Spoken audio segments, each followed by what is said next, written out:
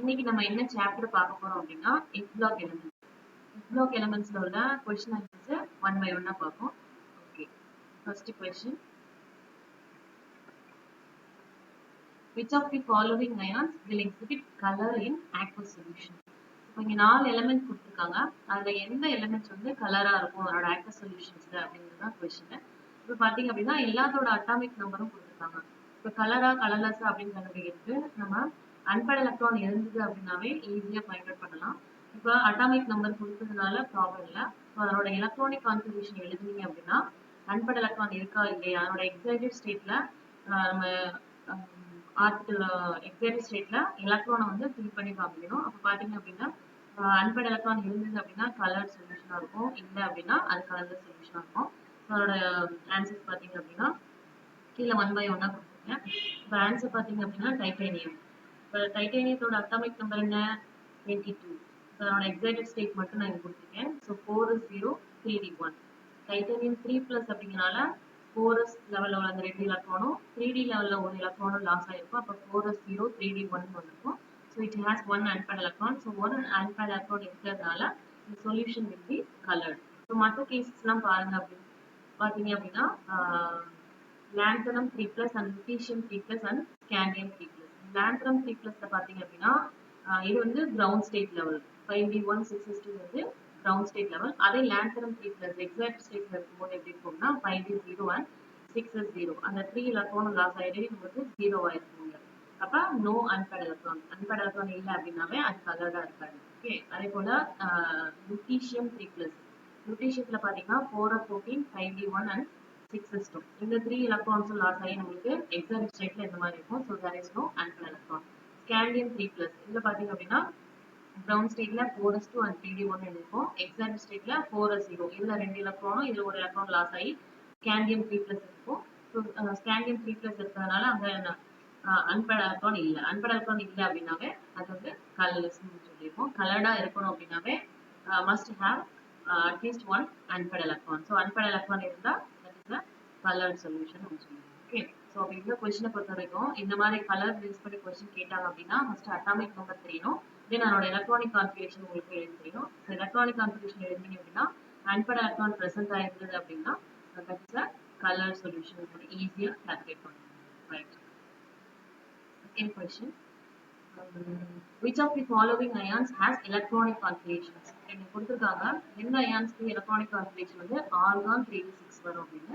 இப்போ எல்லாத்துக்குமே atomic number வந்து கொடுத்திருக்காங்க. இப்போ ஆர்கானோட அட்டாமிக் நம்பர் பாத்தீங்க அப்படின்னா 18. இது வந்து இனர் கேஸ் நம்ம படிச்சிருக்கோம், helium, neon, argon, krypton, xenon, Radon படிச்சிருக்கோம். இப்போ ஆர்கானோட அட்டாமிக் நம்பர் பாத்தீங்க அப்படின்னா 18. ஓகேவா, அப்ப 18 + 6, 18 + 6 பார்த்தோம் அப்படின்னா 24 வரும்.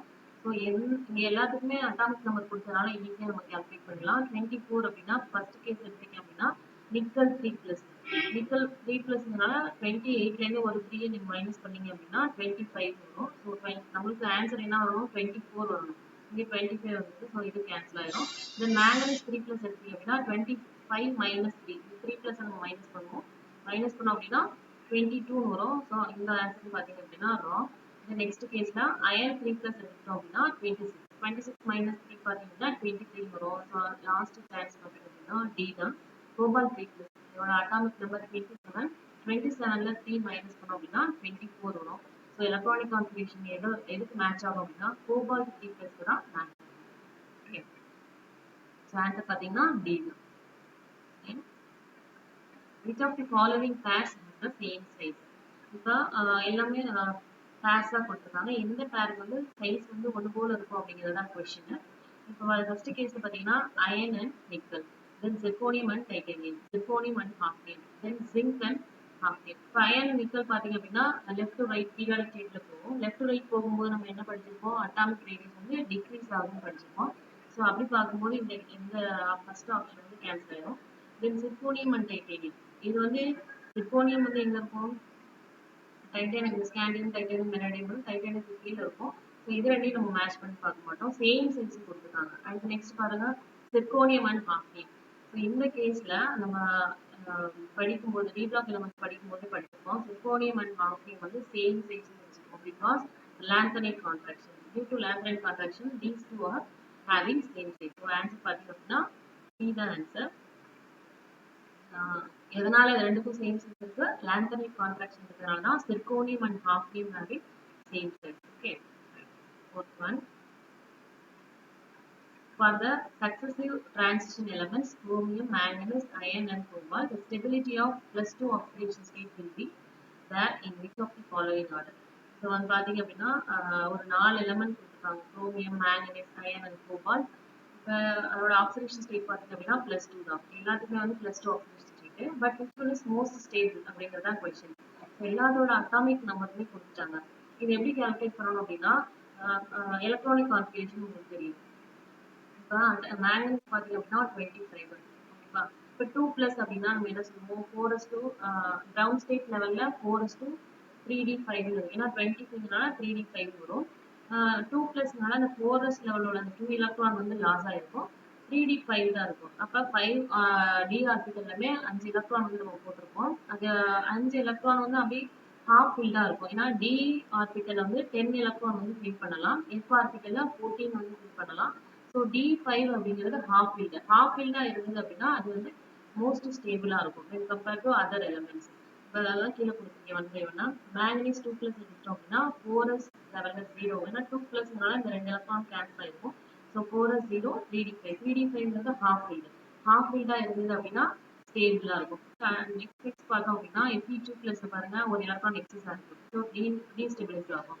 குரோமியம் 2+ பார்த்தீங்கன்னா ஒரு எலக்ட்ரான் வந்து கம்மியா இருக்கும். ஏன்னா D5 தான் ஹாஃப் ஃபீல்டு, D4 தான் இருக்கு.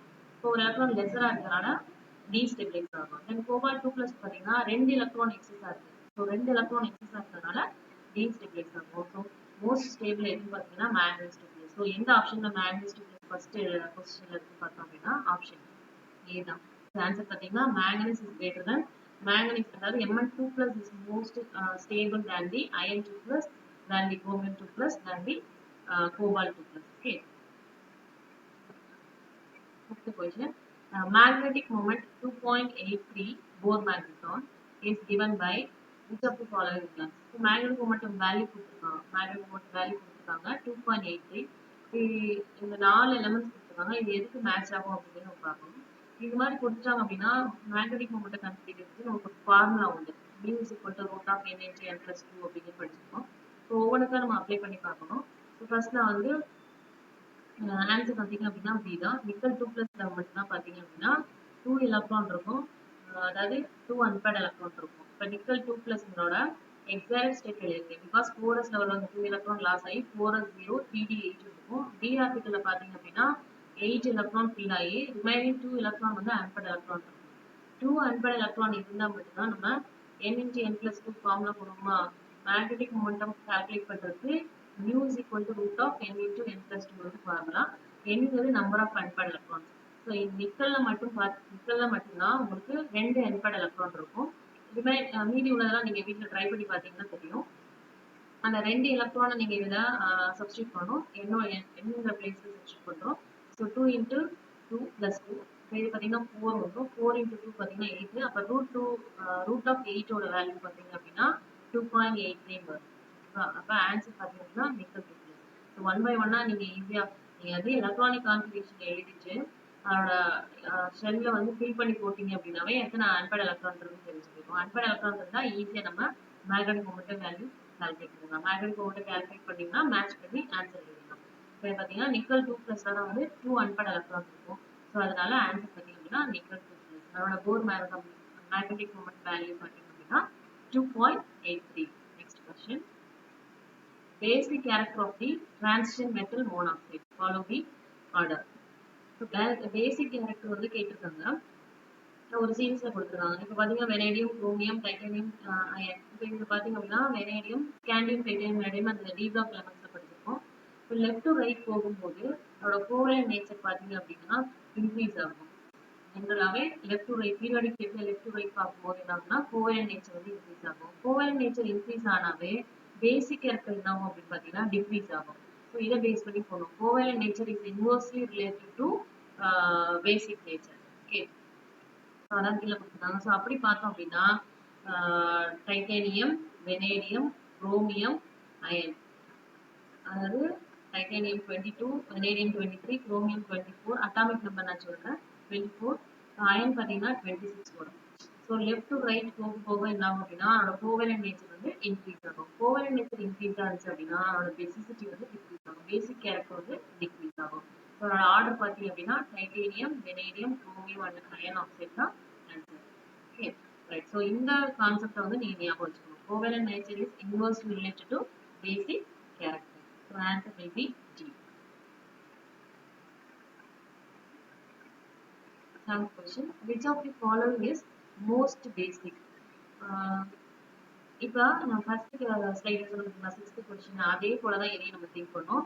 சீரியம், லுட்டீசியம், இட்டர்பியம் அண்ட் டெர்பியம் இந்த 4 கொடுத்துருக்காங்க. விச் ஒன் இஸ் மோஸ்ட் பேசிக் அப்படின்னு கொஸ்டின் கேட்டிருக்காங்க.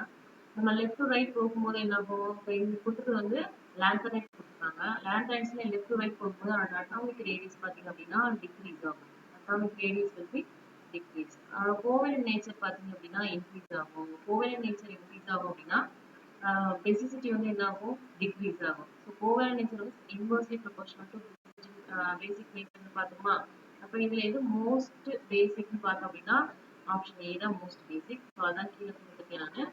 சைஸ் வந்து என்ன ஆகும் அப்படின்னா சீரியம் டு லுட்டீசியம் போகும்போது டிக்ரீஸ் ஆகும். கோவலன்ட் நேச்சர் பார்த்தீங்க அப்படின்னா இன்க்ரீஸ் ஆகும். கோவலன்ட் நேச்சர் இன்க்ரீஸ் ஆகும்போது அதோட பேசிக் ஸ்ட்ரென்த் பார்த்தீங்க அப்படின்னா டிக்ரீஸ் ஆகும். Hence cerium to lutetium basic strength decreases. So cerium hydroxide is most basic.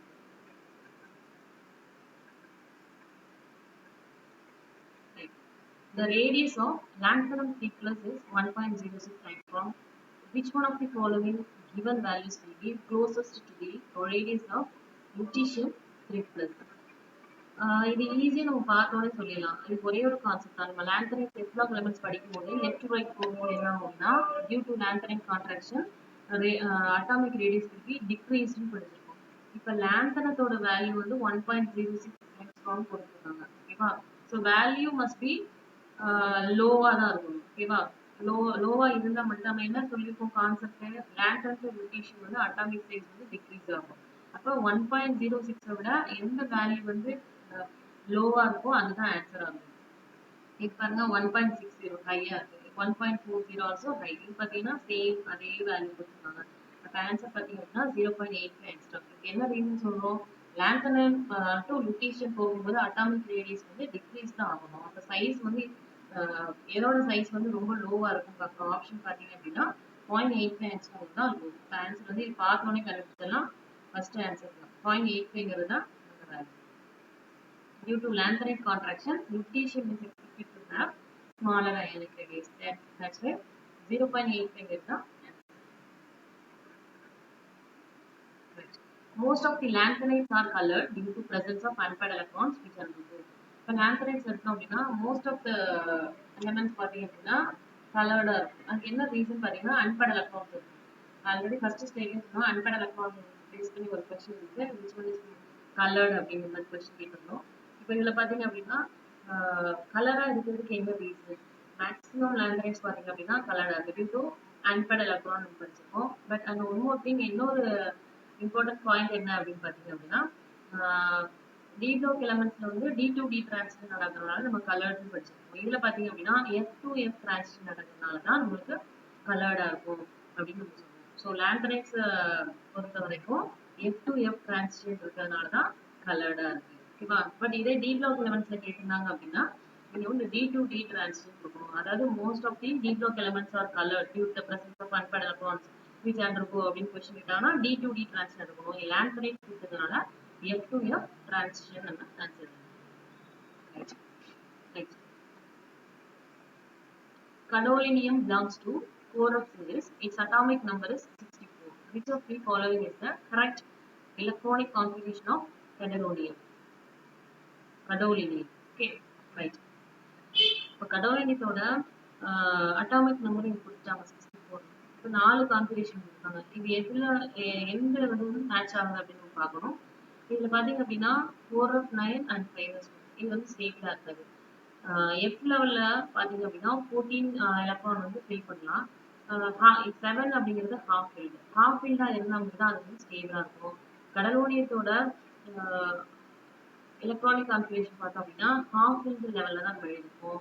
So ஆட்டோமேட்டிக்கா ஆன்சர் பார்த்தீங்க அப்படின்னா பி தான். பிகாஸ் தென் 4 of 14 4 of 6 8 9லாம் வராது. ஏன் அப்படின்னா 7ஆ இருந்தா மட்டும் தான் அது வந்து ஸ்டேபிளா இருக்கும். அதனால half field இருக்கிறதுனால ஸ்டேபிளா இருக்கும். அதனால எலக்ட்ரானிக் கான்ஃபிகரேஷன் பார்த்தீங்கன்னா 4 of 7 5d1 and 6s2.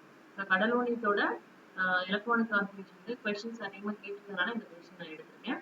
Okay, so answer பார்த்தீங்கன்னா அப்படின்னா. Thank you very much.